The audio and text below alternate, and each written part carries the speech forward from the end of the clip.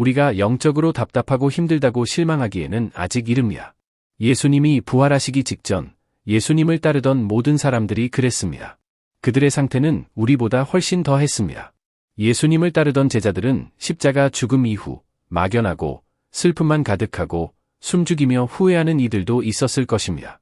더구나 두려움과 실패와 죄책감 때문에 마음이 꽉 닫힌 상태일 것입니다.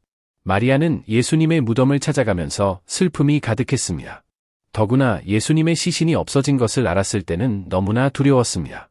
예수님의 부활은 어쩌면 상상도 못했던 것이기에 오히려 두려웠던 것입니다. 이처럼 부활이 일어나기 전 영적인 답답함이 가득한 모습들입니다.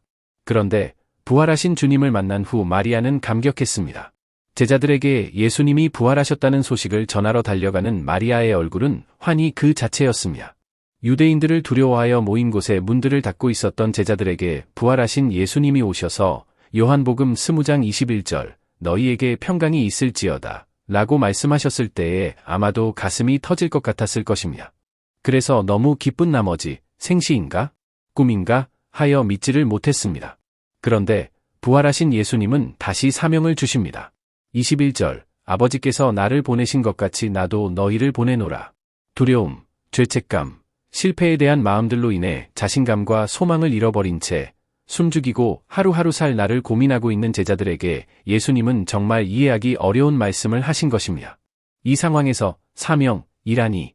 예수님은 부활하신 후 가장 먼저 한 일은 제자들의 마음과 사명을 회복시키는 것이었습니다.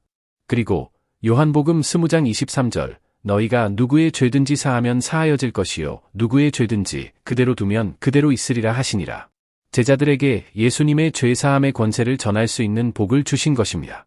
복음을 전할 때 핍박하는 자, 죽이려 하는 자를 향해 사랑의 은혜의 능력을 전할 수 있다는 것은 대단한 은혜입니다. 제자들의 말과 손과 마음에 부활의 주님이 함께하여 능력을 나타낼 수 있다는 것은 가슴이 터질 것 같은 은혜입니다. 예수님은 제자들의 부족함과 죄책감을 탓하는 것이 아니라 용납과 사랑과 용서의 은혜를 뛰어넘어 선교의 사명으로 파송까지 하고 있는 것입니다. 이 은혜가 제자들만의 이야기일까요? 아닙니다. 우리 모두의 이야기입니다. 예수님은 우리에게도 동일하게 말씀하시고 함께 하실 것입니다. 우리도 변화하여 부활하기를 원하십니다. 이 소명의 삶으로 다시 세워지고 시작하기를 바랍니다. 그렇다면 예수님의 계획은 이 사역의 파송으로 끝난 것일까요? 예수님이 함께 하시는 사랑의 능력은 어떻게 알 수 있다는 것입니까? 예수님이 부활하신 사건은 엄청난 태풍의 시작일 뿐입니다. 예수님 자신이 기적의 증거이기 때문에 이 기적의 사실을 전해야 하는 일에 능력의 은혜로 더시펴 주십니다. 배신하고 도망가고 숨었던 제자들, 양심의 가책을 받고 있는 모든 그리스도인들, 우리들, 이런 자들을 다시 부르시고 찾으시고 세우시고 보내시는 예수님의 계획은 무엇이었습니까? 예수님의 계획은 성령의 부으심입니다. 요한복음 20장 22절 이 말씀을 하시고 그들을 향하사 숨을 내쉬며 이르시되 성령을 받으라. 예수님의 십자가도 부활도 지나갔습니다. 이제 제자들 옆에는 천국으로 올라가신 예수님의 약속뿐이었습니다. 사실 제자들에게는 이제부터가 중요한 시작이 진행되어야 하는 것입니다.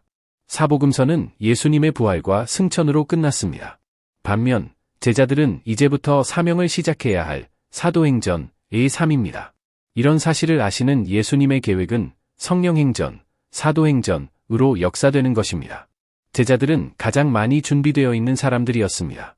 무엇보다도 예수님을 많이 지켜봤고 누구보다도 실패와 좌절을 철저히 경험했던 사람들입니다. 내 의지로는 안 된다. 내 결심으로도 안 된다는 것을 철저하게 경험하고 깨달은 사람으로 준비된 자들입니다. 그래서 오직 성령님만을 바라보고 순종할 마음을 갖게 된 것입니다. 그렇게 믿고 의지하던 예수님의 십자가 곁에 있어주지 못했습니다. 그랬기 때문에 이젠 성령님을 의지하고 함께하고 붙들고 떠나지 않는 순종자가 되기를 다짐했을 것입니다. 이런 자가 진정 준비된 자들이 아닐까요? 하나님은 바로 이런 사람을 찾으시고 아무것도 할 수 없다고 깨달은 사람에게 성령님의 역사를 이루신 것입니다. 우리 역시 제자들과 크게 다르지 않다고 여겨집니다. 예수님만을 바라보고 가도록 모든 형편과 여건이 형성된 것이 그 당시는 힘들다고 여겼지만 지금 돌아보면 가장 확실한 은혜였던 것입니다. 지금의 이 자리를 만들어주신 예수님의 인도하심에 감사할 뿐입니다. 자신에 대하여 답답하고 착잡하고 막막한 절망의 마음을 가지고 있다면 성령을 받으라 는 주님의 마음을 느껴보기 바랍니다. 아무것도 남지 않았다고 여겨진다면 이제 준비된 사람이 되었다는 것입니다. 오직 성령으로 역사하시는 예수님을 바라보기 바랍니다. 성령이 강림하셨을 때 제자들뿐 아니라 온 예루살렘이 뒤집어졌습니다. 사도행전 2장 47절 하나님을 찬미하며 또 온 백성에게 칭송을 받으니 주께서 구원받는 사람을 날마다 더하게 하시니라. 요엘 선지자에게 주신 하나님의 예언이 이루어지는 역사가 시작된 것입니다. 요엘 2장 28절에서 30절 그 후에 내가 내 영을 만민에게 부어 주리니 너희 자녀들이 장래일을 말할 것이며 너희 늙은이는 꿈을 꾸며 너희 젊은이는 이상을 볼 것이며 그때에 내가 또 내 영을 남종과 여종에게 부어 줄 것이며 내가 이적을 하늘과 땅에 베풀리니 곧 피와 불과 연기 기둥이라.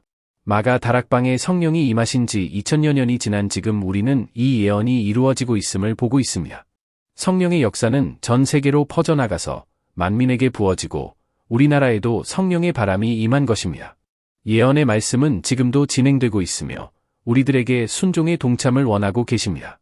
땅 끝까지 복음이 전해지고 만민에게 성령이 부어지고 마지막 때에 예수님이 다시 오시는 마지막 날의 대사역에 동참하기를 원하십니다. 부활하신 예수님을 모시고 사는 성도에게는 인생의 끝은 없고 오히려 그 순간이 새로운 시작의 정점입니다. 죽음의 세력은 이제 끝장났어 라고 말하지만 부활의 주님은 다시 부활하는 새로운 시작이야 라고 말씀하십니다. 욥의 친구 엘리바스가 욥에게 차라리 하나님을 원망하라고 말하자 욥은 이렇게 고백합니다.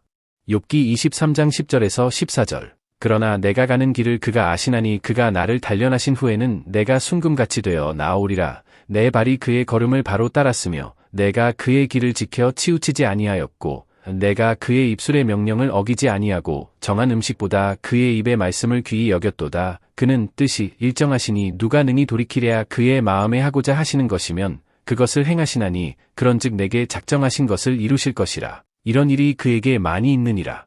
이 말씀을 정리하면 이렇습니다. 첫째, 나는 하나님을 바로 따랐고 치우치지 않았고 명령을 어기지 아니하였고 말씀을 귀히 여겼습니다. 둘째, 나의 가는 길을 다 아시고 뜻이 일정하시고 마음에 정하시면 행하시고 그런 일이 많이 있습니다. 셋째, 나를 단련하신 후에는 내가 순금같이 되어 나오리라. 내게 작정하신 것을 이루실 것이라.